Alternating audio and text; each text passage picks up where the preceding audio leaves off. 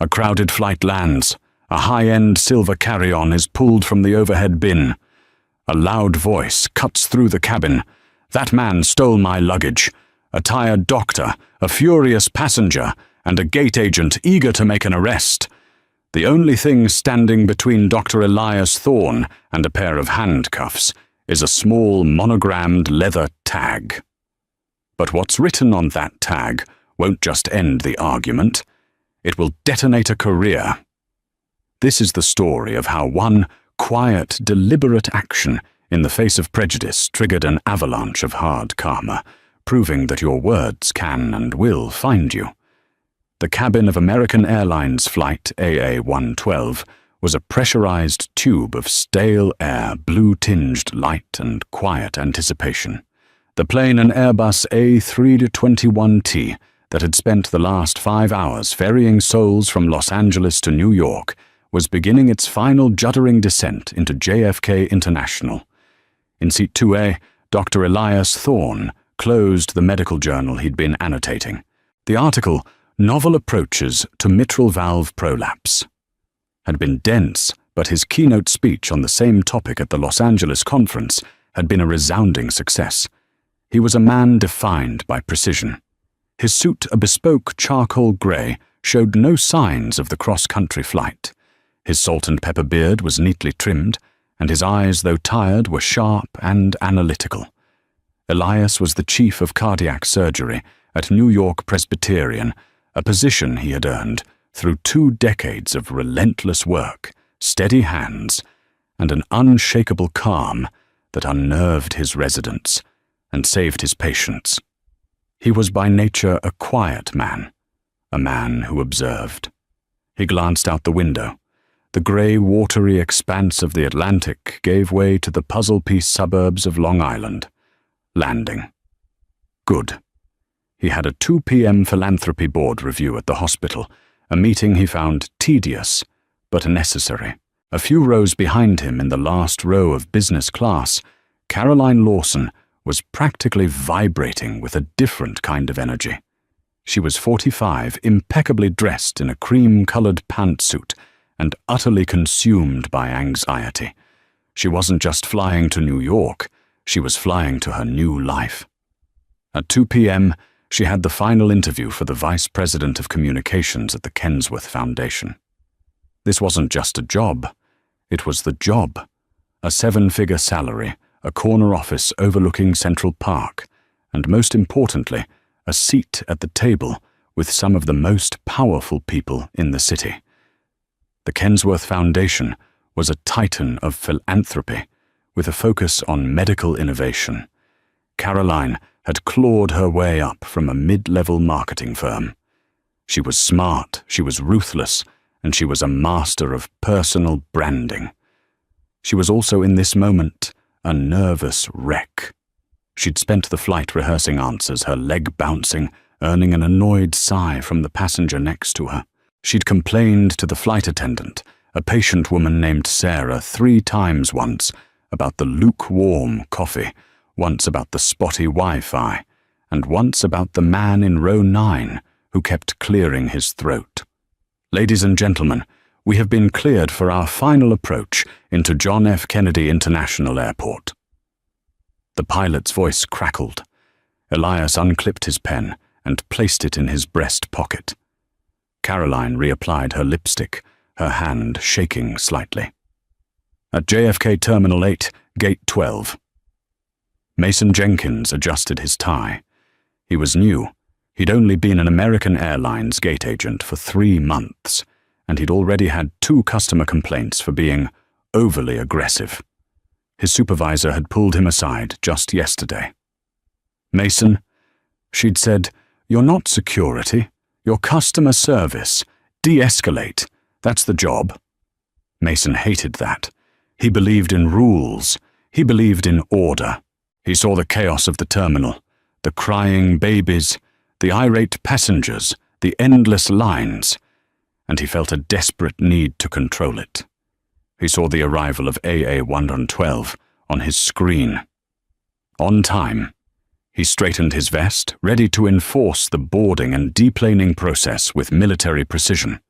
The plane gave a final heavy shudder as the wheels screeched against the tarmac. The engines roared in reverse, thrust, pressing everyone into their seats one last time. Elias Thorne gathered his journal and his phone. Caroline Lawson grabbed her briefcase, her heart pounding. The fasten seatbelt sign pinged off. Instantly the cabin was chaos. The click-clack of overhead bins, opening, the rustle of jackets, the murmur of impatient voices. Elias, being in 2A, was one of the first to stand. He waited patiently for the passenger in row 1 to exit. He then reached up into the overhead bin and retrieved his carry-on. It was a silver Rimowa classic, a beautiful piece of aluminum luggage known for its distinctive grooves and high price tag. It was a gift from the board after a particularly difficult surgical success. Attached to the handle was a thick black leather tag, his initials E.T., monogrammed in simple silver leaf. He placed it on the floor, ready to extend the handle. "That's my bag." The voice was sharp, nasal, and laced with accusation. Elias turned. Caroline Lawson was standing in the aisle 1 row behind him, her face pale and her eyes wide with a mixture of panic and fury. "Excuse me," Elias said, his voice quiet. "My bag," she repeated louder, pointing a manicured finger at the Rimowa. "You just took my bag." The aisle of a deplaning aircraft is a tight, unforgiving space. It's a corridor of forced intimacy, and Caroline Lawson had just violated its one unspoken rule: mind your own business and keep moving.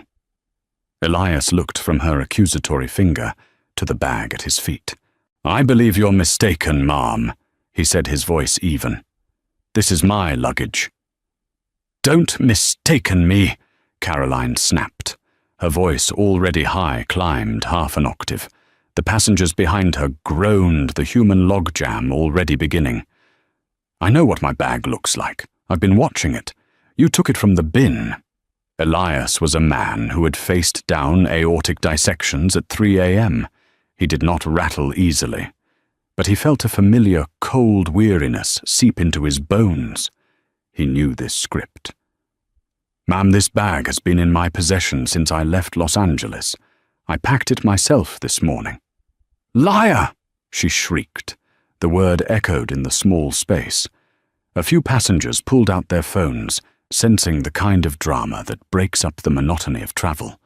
A college student in row 5, filming the deplaning process for a travel vlog, steadied his phone and zoomed in. "You probably saw it in the bin and thought it was yours, or maybe you just—" She stopped, but her eyes finished the sentence. Her gaze flickered over his dark skin, his expensive but understated suit, and her mind, primed by prejudice and anxiety, filled in the blank. How could this man afford a bag like that? She didn't say it, but everyone heard it. "You're holding up the line," Elias said, his voice hardening just a fraction. "If you would please step aside, I'm sure your bag is still in the overhead." "I'm not moving until you give me my property," she cried.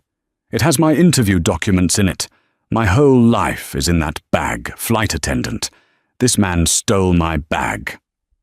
Sarah, the flight attendant, who had endured Caroline's complaints for 5 hours, hurried up the aisle.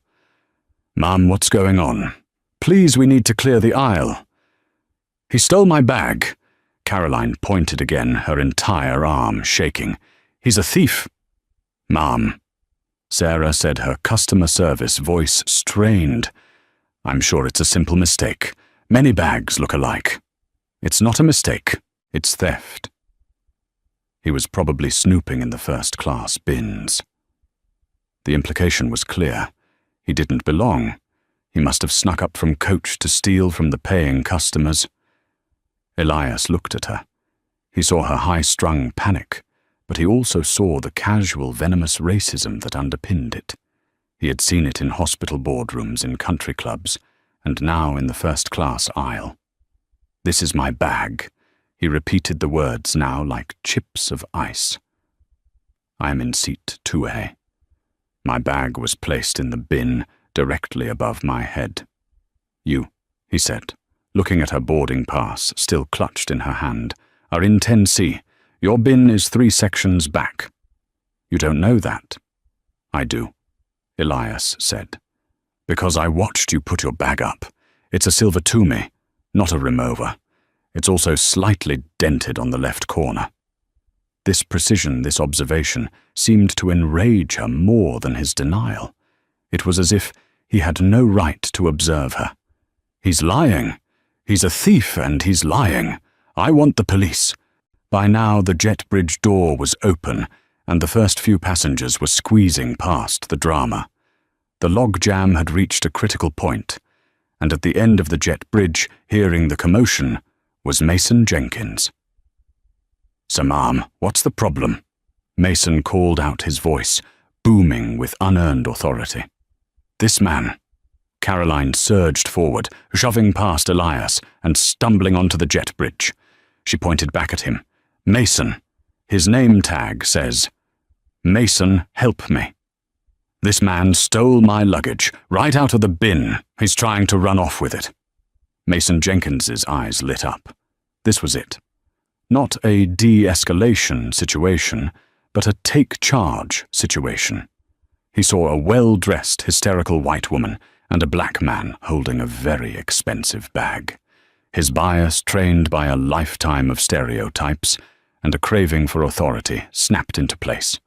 He put a hand out, palm flat, to stop Elias from exiting the plane. "Sir," Mason said, his voice dropping into what he thought was an intimidating baritone, "I'm going to have to ask you to hand over the luggage."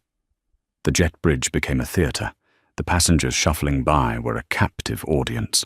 The air was thick with the smell of jet fuel and the palpable ugly tension of a public confrontation. Dr. Elias Thorne stepped off the plane and onto the carpeted ramp, his silver Rimowa rolling silently beside him. He did not stop, but he did not rush.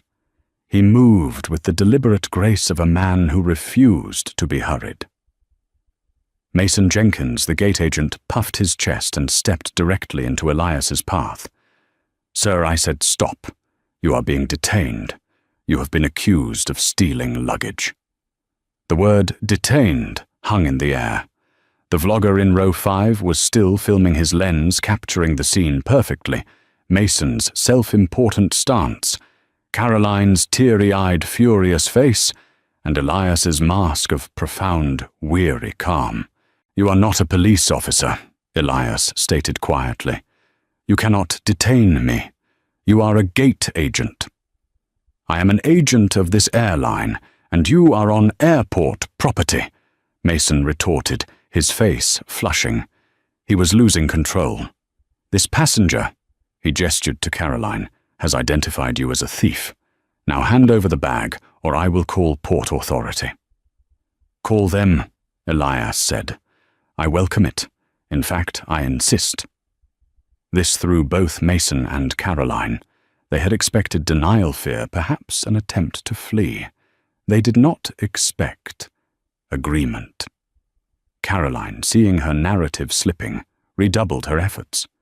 "He's trying to call my bluff. He's probably already opened it and taken my things. My interview notes. My laptop. God, my entire career is in that bag. You have to stop him." She was performing, now playing to the crowd. "I'm supposed to be at a job interview. A major interview. He's sabotaging me. It's a hate crime." This new wild accusation, this twisting of the situation, was a masterstroke of malice. She was now the victim, not just of theft, but of a targeted attack. Mason Jenkins, emboldened by her hysteria, nodded grimly. "Sir, this is your last chance. Give me the bag." "No," Elias said simply. "That's it." Mason reached for the radio on his shoulder. "This is Gate 12. I need port authority at the T8 B12 jet bridge immediately. We have a passenger theft suspect, is non-compliant." "Non-compliant," Elias repeated the word, tasting like ash. "Because I won't surrender my own property based on her unhinged fantasy. "It's not a fantasy," Caroline screamed. "That's my bag. Look, it's a silver Rimowa. It has the grooves. How many of those can there be?" "A great many," Elias said, his eyes scanning the crowd. "It's a popular brand. However, this one is mine, and I can prove it. Which is more," he added, his gaze landing on her, "than you seem to be able to do." "Just give it to him," a man from the back yelled. "Let's go. Yeah, man, just open it up," another added. Elias felt the press of the crowd, the weight of their judgment. They didn't see a doctor. They didn't see a man of stature. They saw what Caroline and Mason had painted, a black man causing trouble. "You want me to open my bag?" Elias asked the crowd. "Here in the jet bridge, you want me to display my personal belongings because this woman screamed. Is that the new policy, Mason?" Mason faltered. "The police will handle it." "They will," Elias agreed. "And when they do, I will be filing a formal complaint against you, Mason Jenkins, for unlawful detention and slander. And I will be filing a complaint against American Airlines for the gross incompetence and racial profiling of its staff." The legal specificity of the threat, delivered with the cold precision of a scalpel, finally gave Mason pause. He looked from Elias's unflinching eyes to Caroline's blotchy, furious face. For the first time, a sliver of doubt entered his mind. "Sir, maybe if you just have a receipt, a tag." Mason tried his voice now, slightly less boisterous. "A tag," Elias said. "Yes, I do have a tag." He paused. The crowd was silent. The vlogger's phone was held high. Even Caroline, in her tirade, stopped to see what he would do. Elias let out a slow, controlled sigh. It was the same sigh he gave right before a long, complex surgery. It was a centering breath. He looked at Caroline. He looked at Mason. "You have both made a very serious, very public and very loud allegation." Elias said, his voice just high enough to carry. "You have accused me of being a thief. You have called the police. You have stopped over 100 people from getting on with their day. All for this bag." He reached down. He didn't just point. He slowly, deliberately unhooked the thick, black leather luggage tag from the handle. Time seemed to slow down. The only sound was the distant whine of a jet engine and the shuffling feet of the passengers further back, oblivious to the drama unfolding at the gate. Elias Thorne held the leather tag in his hand. His initials E.T. were stamped on the front in subdued silver. Caroline squinted. "C.E.T. What does that prove? My name is Caroline Lawson. It's not my bag." She looked triumphant, as if this were the gotcha moment. Elias looked at her with something approaching pity. "Your name is Caroline Lawson. Mine is not E.T. Those are my initials. You, Mason, were the one who wanted to see a tag." He held the tag out, not to Caroline, but to Mason. He didn't just show him the front. He flipped open the leather cover, revealing the white card tucked neatly inside. "Read this," Elias commanded. His voice was no longer quiet. It was the voice he used in the operating room, the voice that demanded and received absolute obedience. "Aloud, please." Mason Jenkins took the tag. His hands, Elias noted, were trembling slightly. The vlogger's camera zoomed in, catching the text on the card as Mason's shadow fell across it. Mason's mouth went dry. He licked his lips. "Read it," Elias said again. Mason stammered. Dr. E. Thorne." "The full name," Elias instructed. "And the title." Mason swallowed his face, turning a blotchy red. "Dr. Elias Thorne, Chief of Cardiac Surgery, New York Presbyterian Hospital."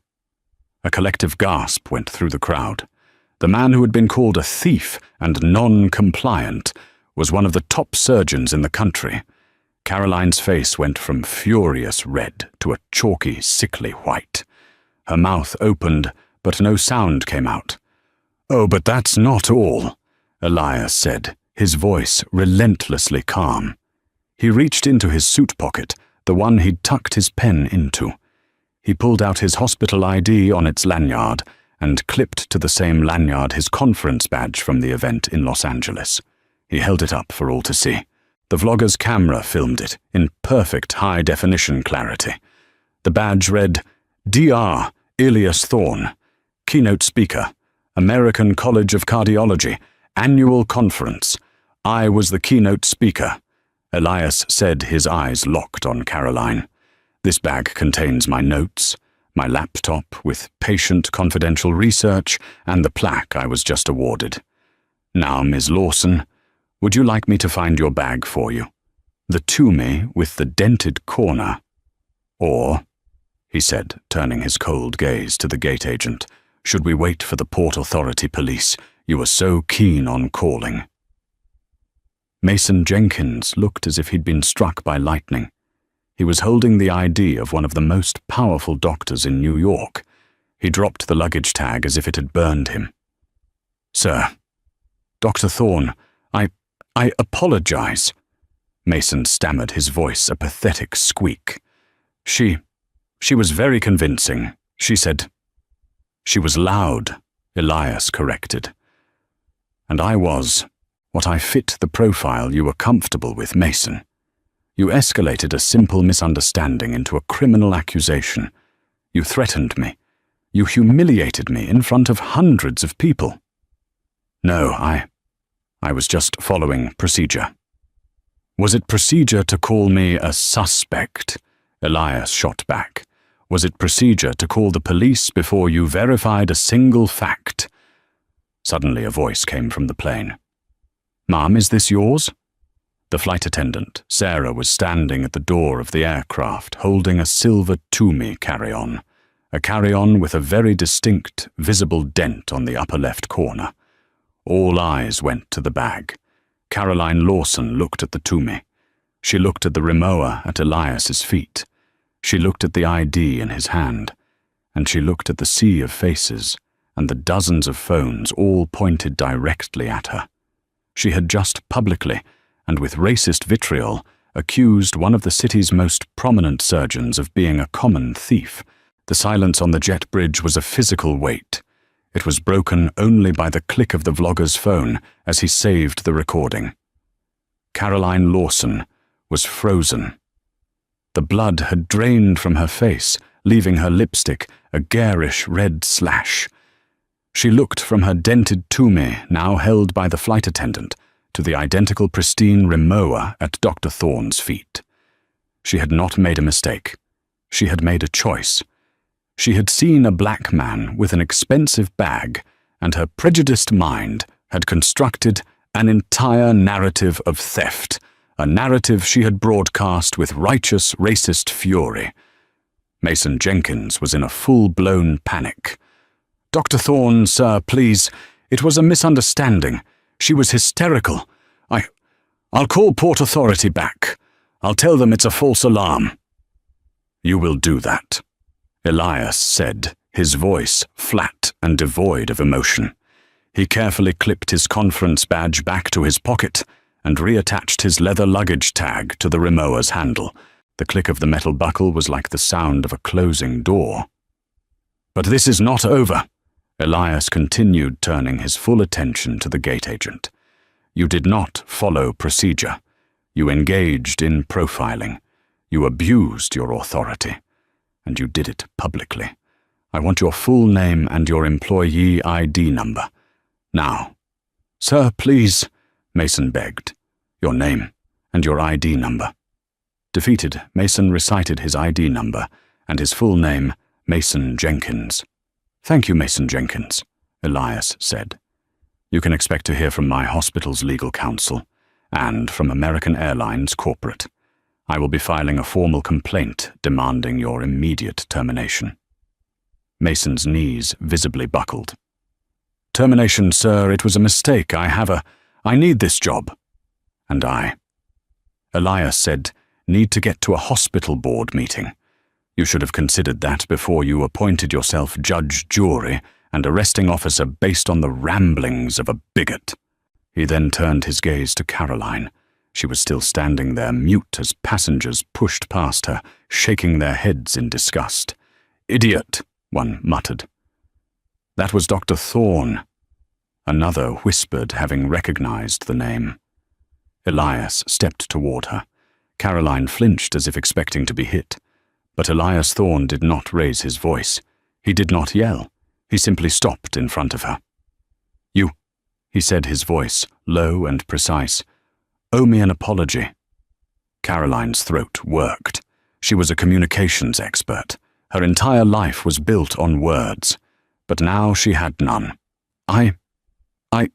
It looked just like—" "No, it didn't," Elias said. "You saw a black man in first class with a bag you coveted, and you jumped to a conclusion. You screamed, 'Thief!'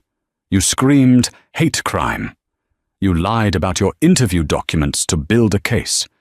You were willing to ruin my day, perhaps my reputation, to satisfy your own entitlement. You didn't make a mistake, Ms. Lawson. You made a malicious, racist accusation." He leaned in just slightly. "And you did it on camera." Her eyes shot to the college student who was still filming his face, a mask of shocked fascination.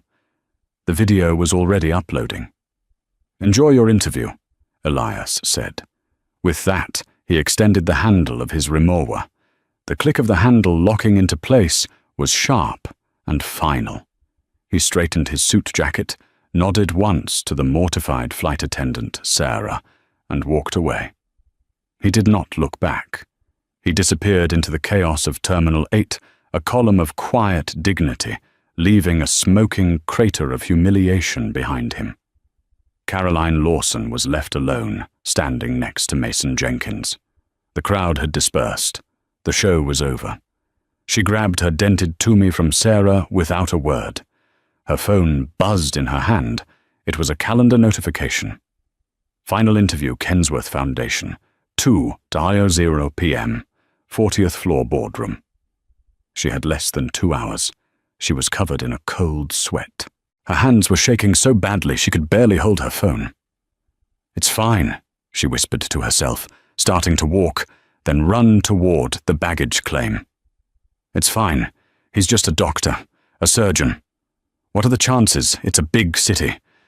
He's busy. He's not.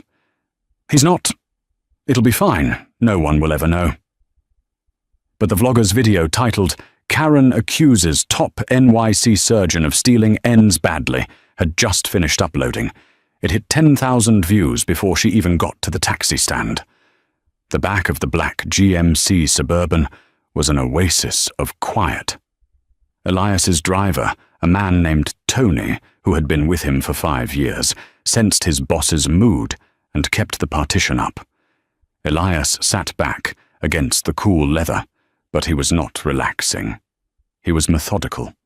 He did not post on social media. He did not vent. He acted.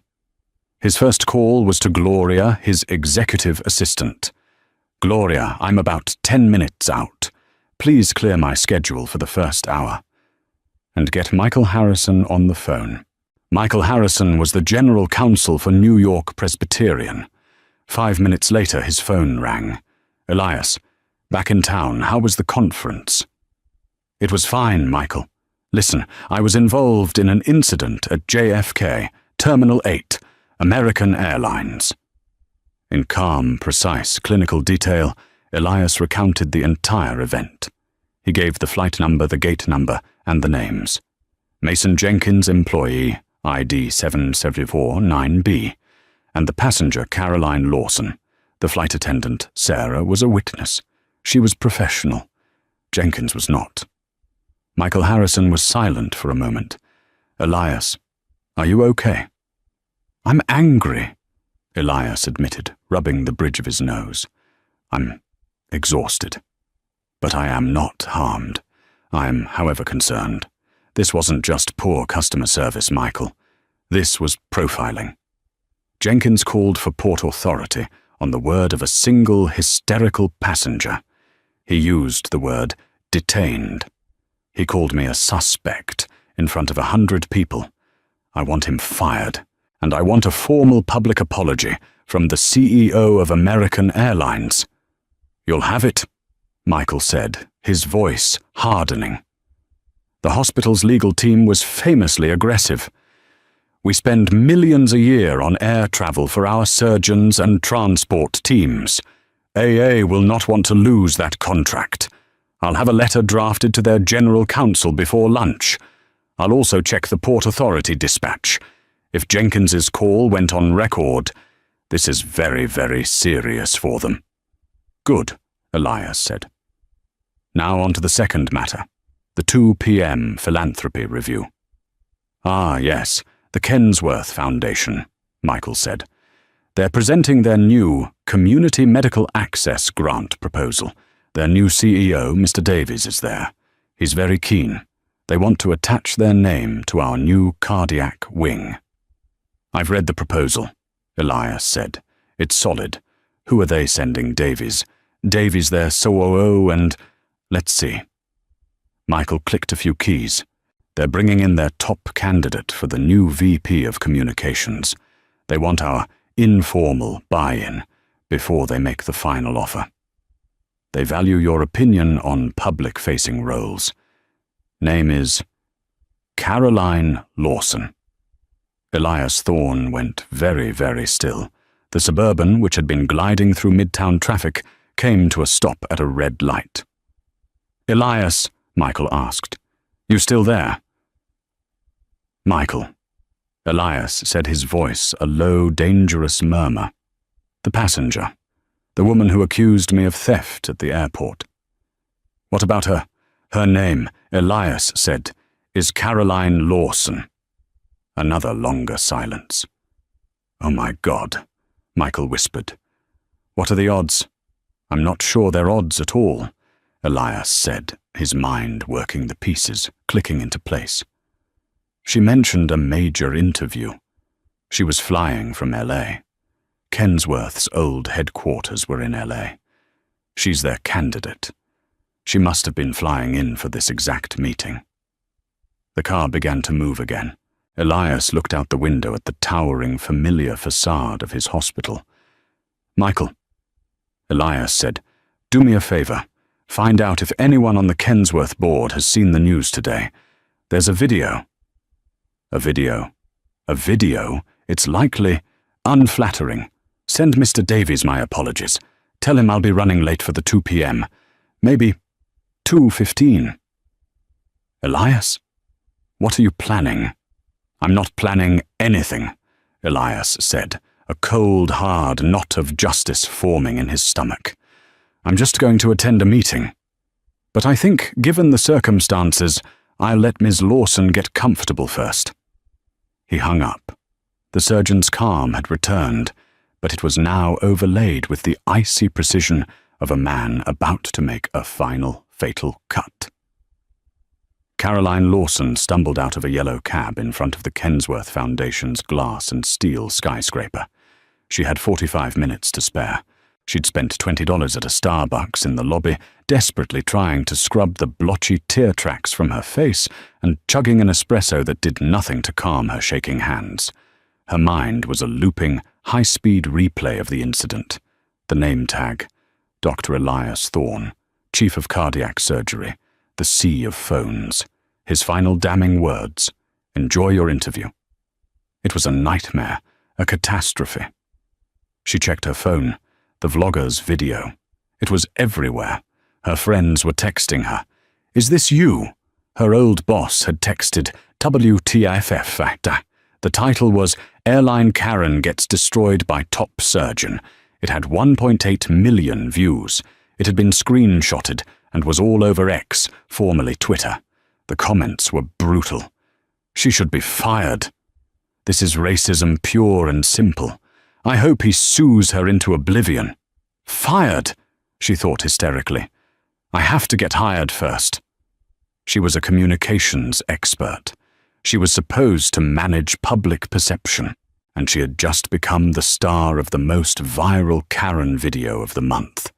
Okay, she breathed, smoothing her cream-colored pantsuit in the lobby's reflection.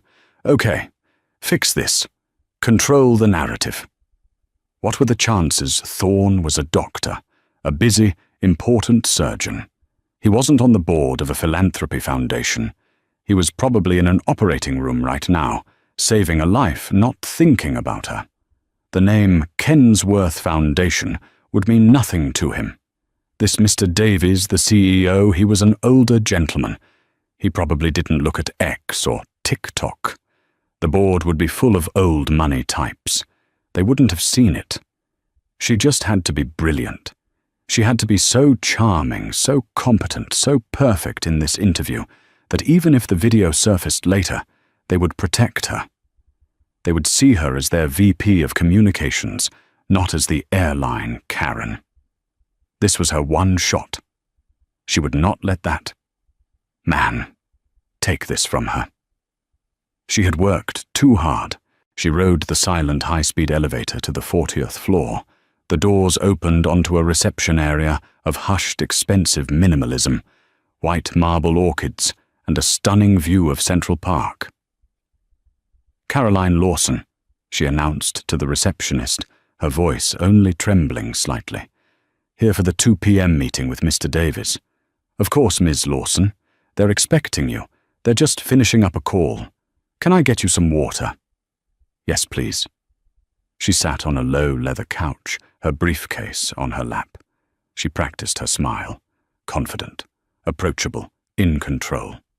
At 2:05 p.m., a kind-faced older man, Mr. Davies, emerged.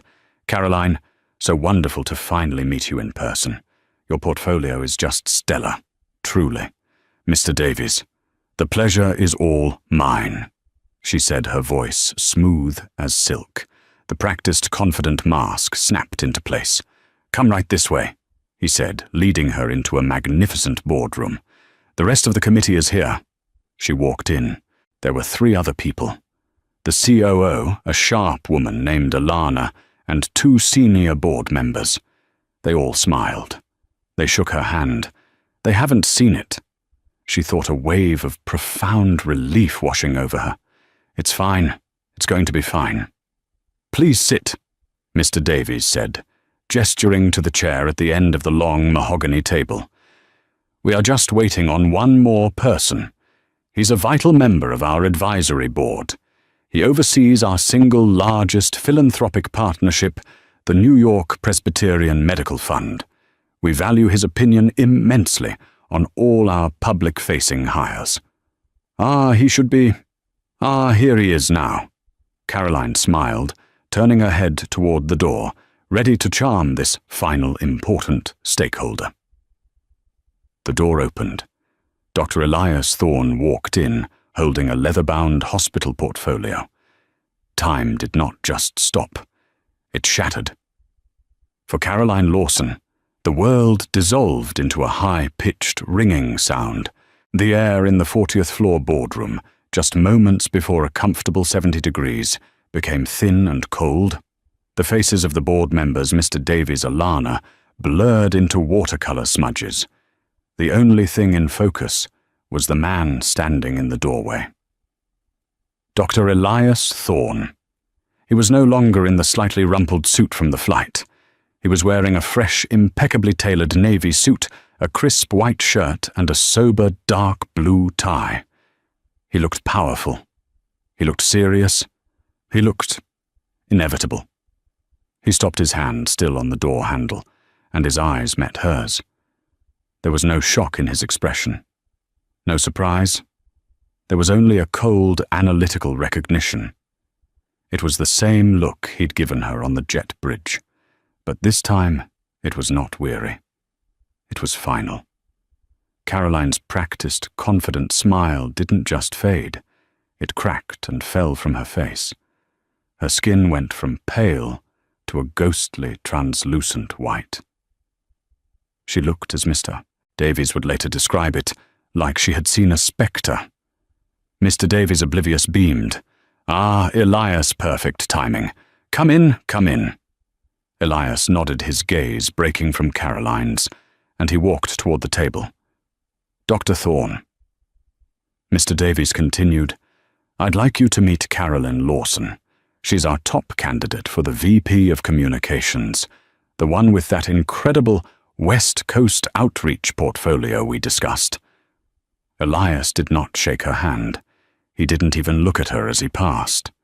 He walked to the head of the table directly opposite Carolyn and placed his leather portfolio down. The thud was quiet, but it echoed in the room. He slowly pulled out his chair and sat. Mr. Davies, sensing the sudden icy drop in the room's temperature, faltered. "Elias, is something wrong? Do you two know each other?" Caroline's mouth was working. Dr. Thorne, I... She was trying to form words. Any words. It was a mistake, a misunderstanding.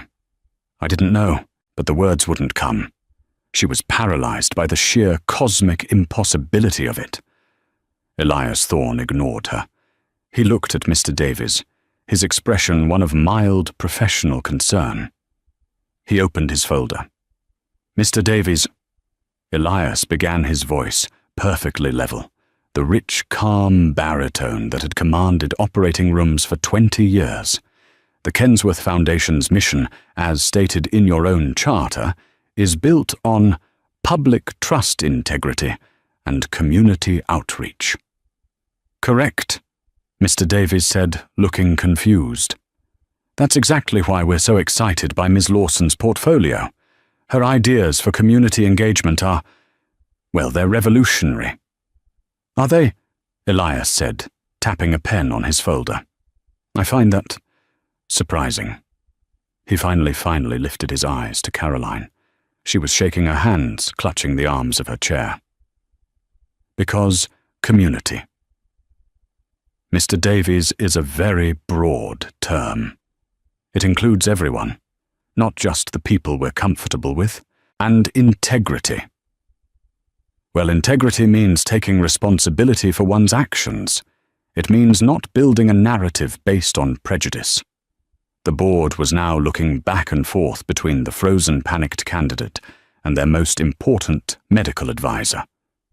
Elias Alana, the COO, cut in her voice sharp. "What is going on? You're making our candidate, and frankly, us, very uncomfortable." "Am I?" Elias said. "That's unfortunate. I was made exceptionally uncomfortable this morning, as were about 100 other people. At JFK Terminal 8. Mr. Davies's face went blank. "The airport." Caroline finally found her voice. It was a strangled, desperate whisper. "Dr. Thorne, please, it was a misunderstanding. A terrible, terrible mistake. I was stressed. I didn't—" Elias cut her off, his voice slicing through her excuses.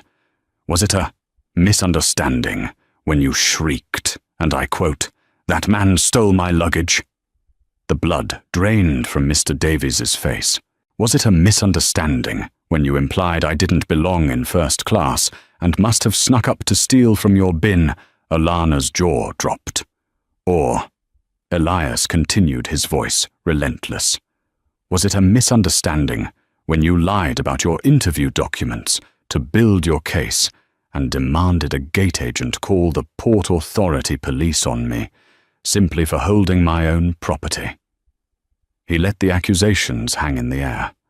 The silence in the boardroom was absolute. "Elias," Mr. Davies whispered, horrified. This woman did that to you?" "To me," Elias confirmed. "Less than 3 hours ago. She called me a thief, a liar, and a criminal, all because, and I can deduce no other reason, she could not fathom a black man legally owning a Rimowa suitcase." He paused, then looked directly at Caroline. Her eyes were swimming with tears, but they were not tears of remorse. They were tears of utter, abject, career-ending terror. "You wanted this interview, Miss Lawson," Elias said.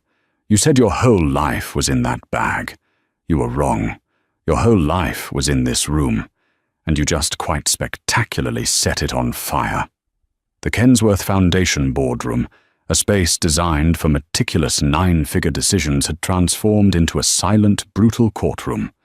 The air was so thin it was unbreathable. Caroline Lawson, who had walked in as the poised, high-powered future of the Foundation, was now the defendant in a trial that had concluded before she even knew it had begun. She was no longer just panicked.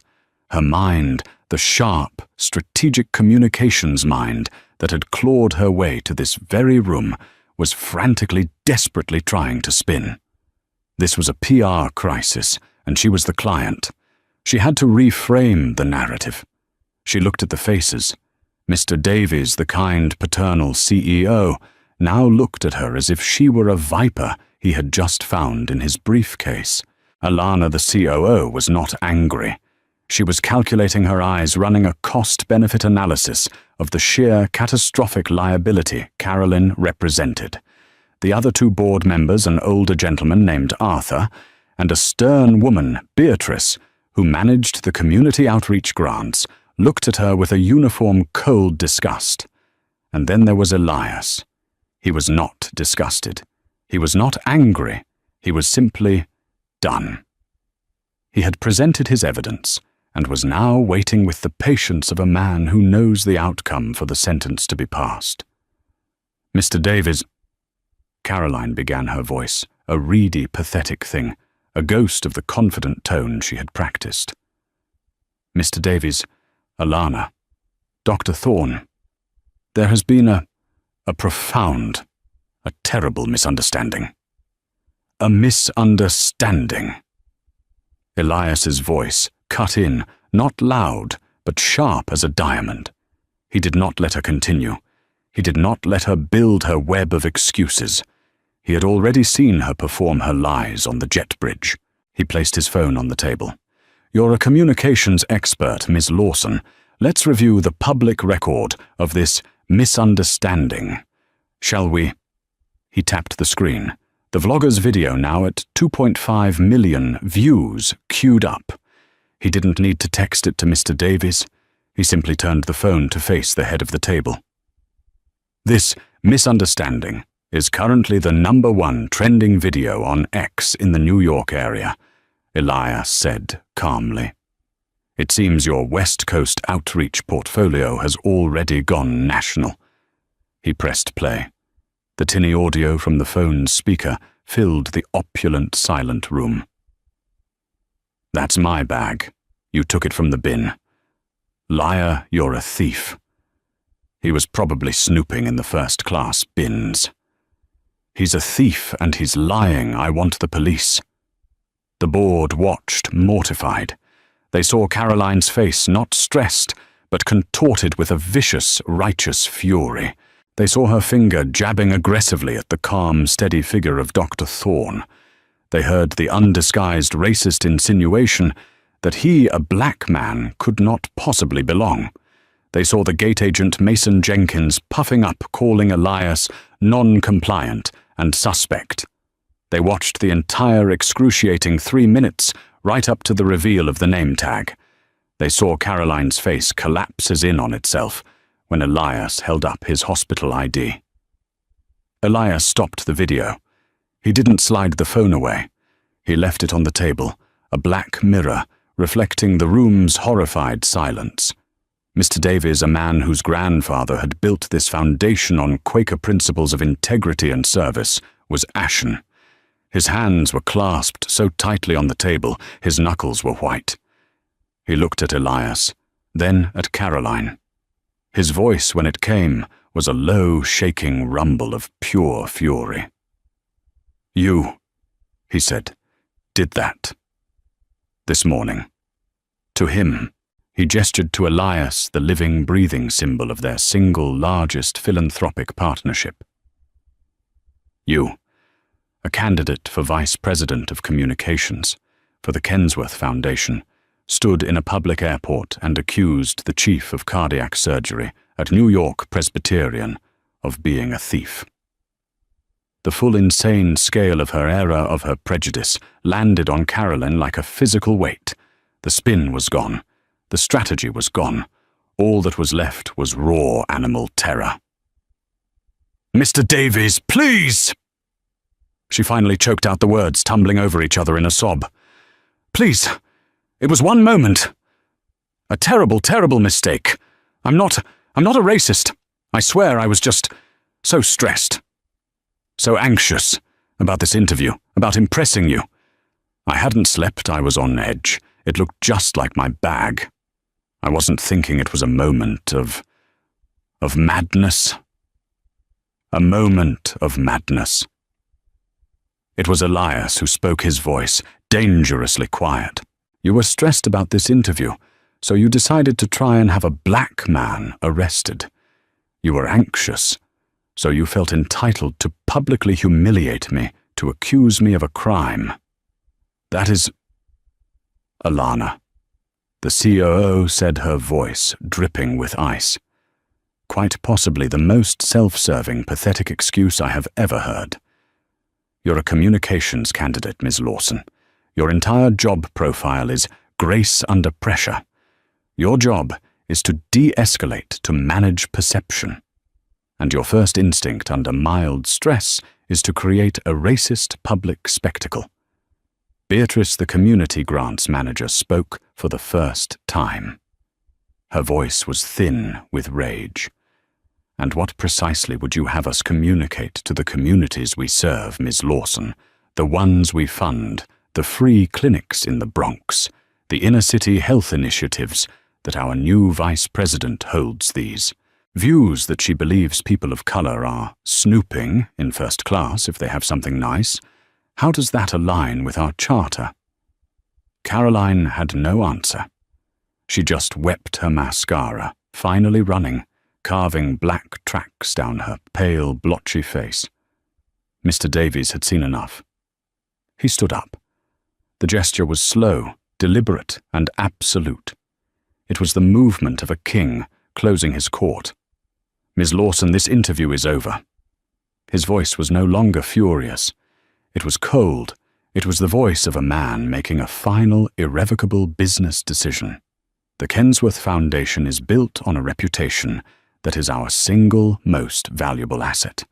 It takes decades to build, and, as you've just demonstrated, one viral video to threaten. You are not just a poor fit. You are a clear and present danger to that reputation. You are the antithesis of our mission. Your candidacy is withdrawn effective immediately. Mr. Davies' wife. She sobbed, standing up so fast her chair screeched backward on the polished floor. Please, this is my life. My career. Don't do this. I can fix it. I can issue a statement. I can apologize. Apologize. Mr. Davies looked at her, truly seeing the void. You think this is a communications problem? This is a character problem. You didn't just make a mistake, Miss Lawson. You showed us exactly who you are, and we do not and will not have any association with that. He turned to Elias. Dr. Thorne, I don't even have the words to apologize for what you were put through. He then looked back at Caroline, his eyes hard. You built your career on words, Miss Lawson. It's only fitting that you be destroyed by them. He pressed a button on his desk phone. Frank, we need an escort for Miss Lawson from the 40th floor boardroom. She is to be seen out of the building immediately. Caroline stood there, utterly broken. The facade was gone. The cream-colored pantsuit, once a symbol of her ambition, now looked like a cheap, ill-fitting costume. Defeated, and with the entire board watching her in silent, cold judgment, she fumbled for her briefcase. A large security guard, Frank, appeared at the door. He didn't touch her, but his presence was a wall. He just nodded toward the elevator. Her sobs were a wet, ugly sound in the pristine room. She gave one last, desperate look at Elias. He was already organizing his papers. She didn't exist. The boardroom door clicked shut, sealing her out. There was a long, heavy silence, broken only by Mr. Davies, letting out a ragged sigh. He slowly sat back down. Elias, he said, his voice heavy with embarrassment. My God, I recruited her myself from the LA office. Her portfolio was flawless. I had no idea. I am profoundly, deeply sorry that you, of all people, our most valued partner, were subjected to that.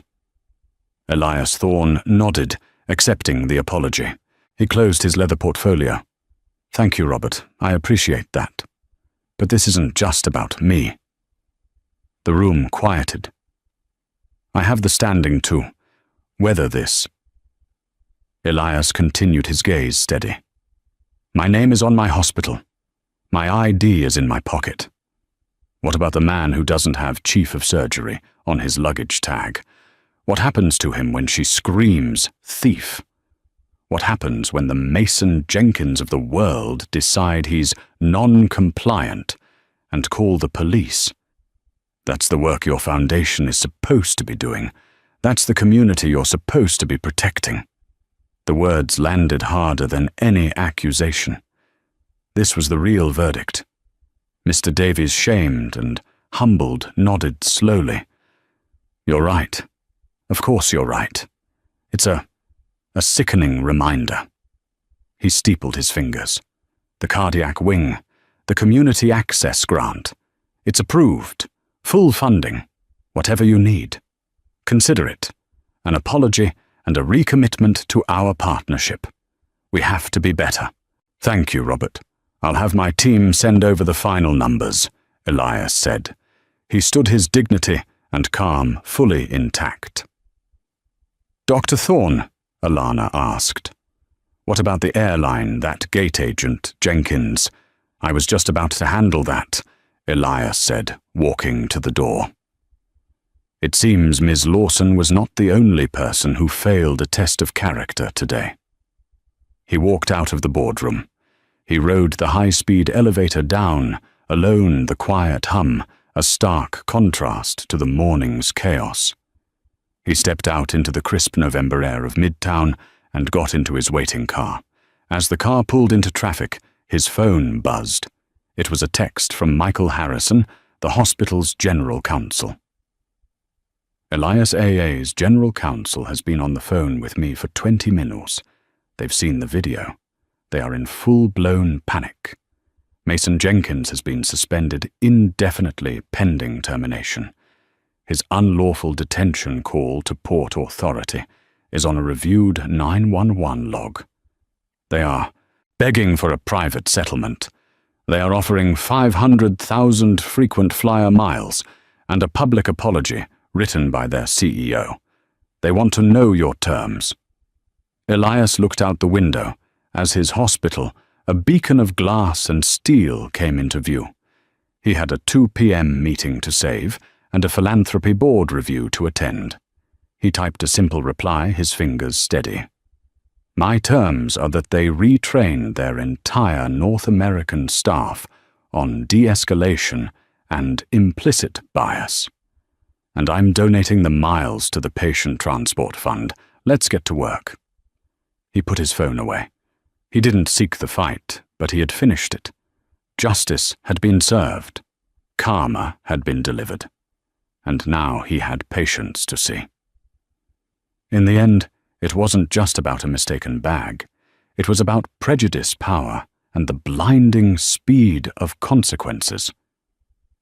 Caroline Lawson didn't just lose an interview. She lost the reputation she spent a lifetime building, all because she saw a man's skin color before she saw his name tag. Mason Jenkins didn't just lose his job. He became a case study in what happens when you abuse authority. Dr. Elias Thorne's quiet dignity proved more powerful than their loudest accusations. Karma wasn't just served. It was delivered with surgical precision in a 40th floor boardroom. What do you think? Was this justice, or was it too harsh? Let us know your thoughts in the comments below. Has anything like this ever happened to you? If you were moved by this story, please hit that like button. Share this video with someone who needs to see it, and don't forget to subscribe for more real-life drama and hard-hitting stories.